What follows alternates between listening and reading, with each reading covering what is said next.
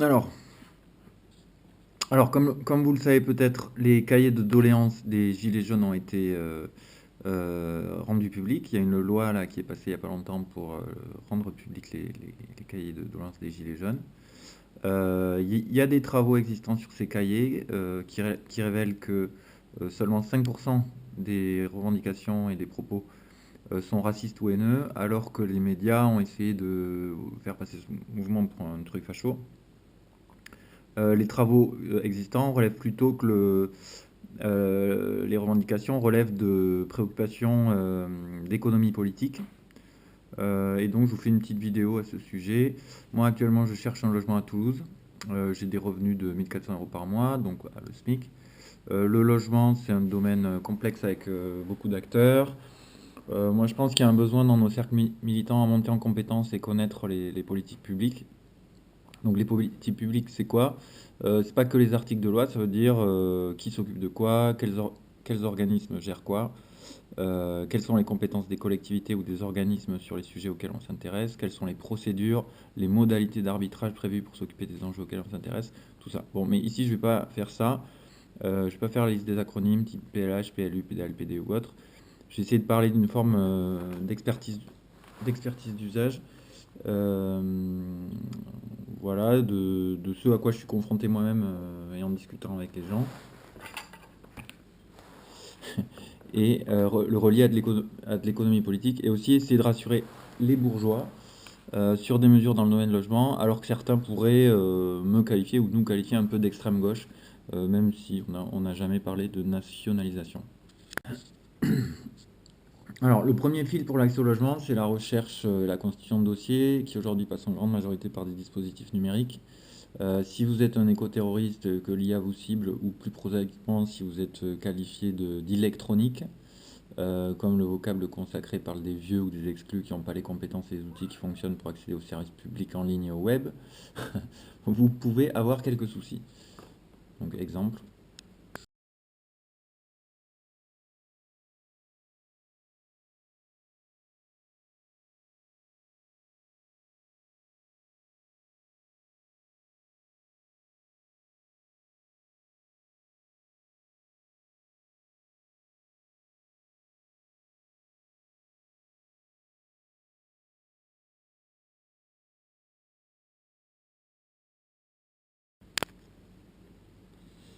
Et ensuite, il y a la question de ce que j'appelle le coût d'entrée. Le coût d'entrée pour un logement dans une ville donnée. Donc, c'est-à-dire le premier loyer, la caution, les honoraires d'agence, les frais de déménagement.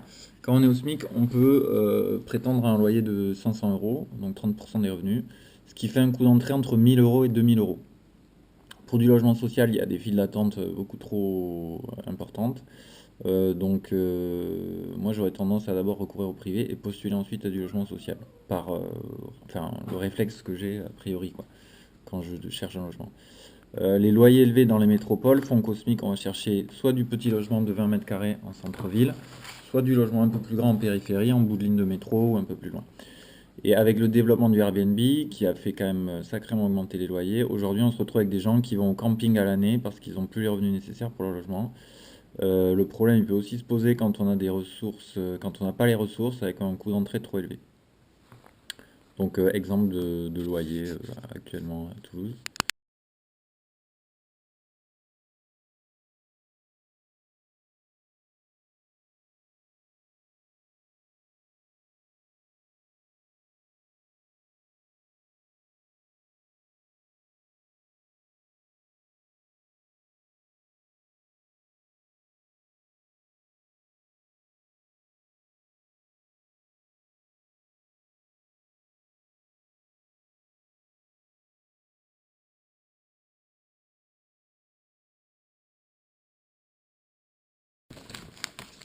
Voilà, ensuite je voudrais vous parler du dernier numéro d'un journal gratuit distribué au métro de Toulouse au Capitole, côté Toulouse, qui titre Des prix en baisse, prix des apparts, des maisons de tendance, notre dossier, page 15 à 23.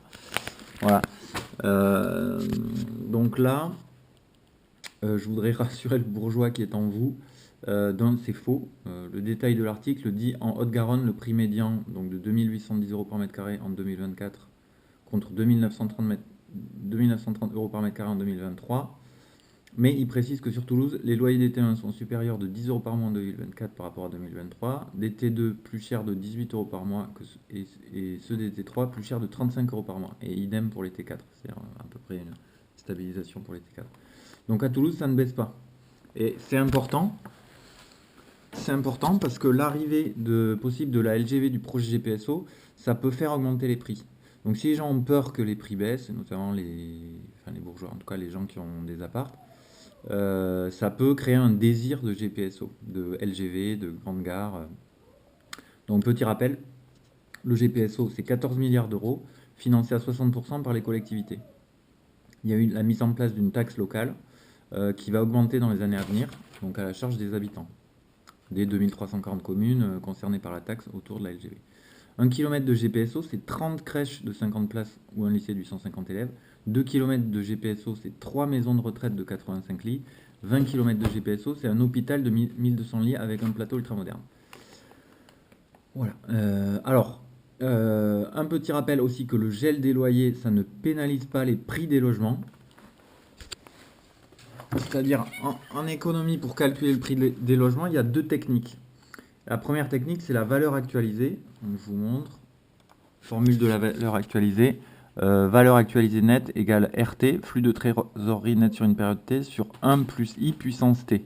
Période T étant la période du flux de trésorerie. Donc la première année, ça va être, par exemple, si c'est un loyer de 500 euros, ça va être 500 sur 1 plus 1 puissance taux de remise. Taux de remise, c'est l'inverse du... Le taux de remise, c'est le taux d'actualisation. C'est un peu l'inverse d'un taux pour les prêts.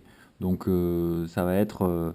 en fait, ça permet d'estimer dans quelle mesure de l'argent dans le futur est moins désirable que de l'argent maintenant.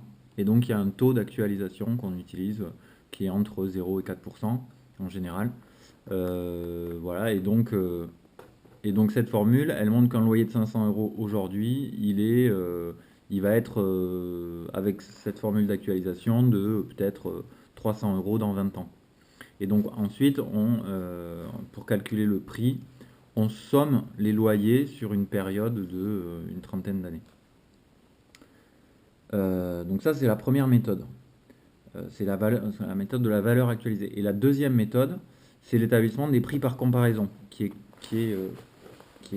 fait foi, notamment dans le domaine du logement et de l'immobilier et du foncier.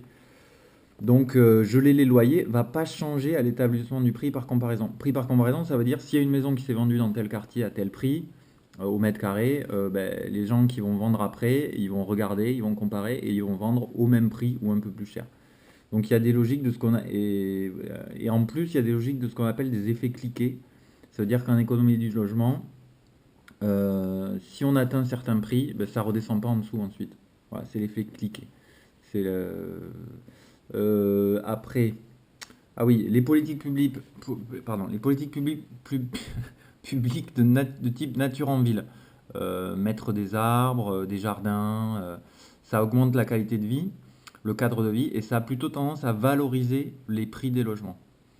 Les pistes cyclables également peuvent contribuer en rendant les commerces plus accessibles, en favorisant l'installation de familles, en rendant les rues plus sûres, en améliorant le cadre de vie et la qualité d'habitat. Ça contribue aussi à l'augmentation des prix des logements. Et souvent, les opérations urbaines qui entourent l'implantation de grandes opérations de type GPSO, donc là c'est documenté par exemple à Bordeaux, autour des gares, il y a des ravalements de façade, de l'implantation de nouveaux commerces et services, ça gentrifie le quartier, ça évince les populations pauvres loin des centres et ça fait augmenter les loyers et les prix. Voilà, donc la crainte du marché à la baisse, c'est un peu l'argument pour dire qu'il faut une LGV pour faire remonter les loyers, pour faire remonter les prix des logements. Mais comme je vous le dis, la formation des prix par comparaison font qu'un gel des loyers, de la nature en ville, des pistes cyclables, ça permet de garder des prix des logements à la hausse en maintenant des loyers accessibles pour tous. Voilà, c'est ça qui est important. Et les 100 000 arbres de Moudinque, donc la nature en ville, ça c'est du greenwashing. Il y a déjà 123 000 arbres à Toulouse, d'après les données ouvertes de Toulouse Métropole. Et sur la question du journal qui dit que c'est plutôt en milieu rural qu'il y a une baisse, il y a quand même une baisse effective en moyenne en Haute-Garonne, donc c'est plutôt en milieu rural.